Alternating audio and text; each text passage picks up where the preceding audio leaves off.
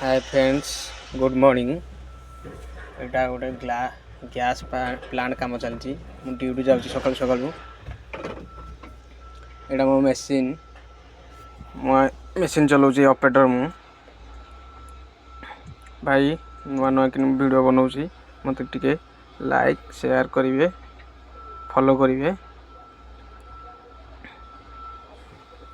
काम कौन हम पचार दवा यहाँ बैक फिलिंग हम कंक्रीट हो जाए काली यहाँ खोला होता है बैक फिलिंग हम सब सेंटरिंग खोला सरला बैक फिलिंग हम जी आम यहाँ बड़ बड़ क्लेन लगिकी जो सब बस टांकी फांकी काम चलती गैस यहाँ कंपनी ना स्लोन कार्बन बड़ एरियाटे जे मेसीन काम करिया।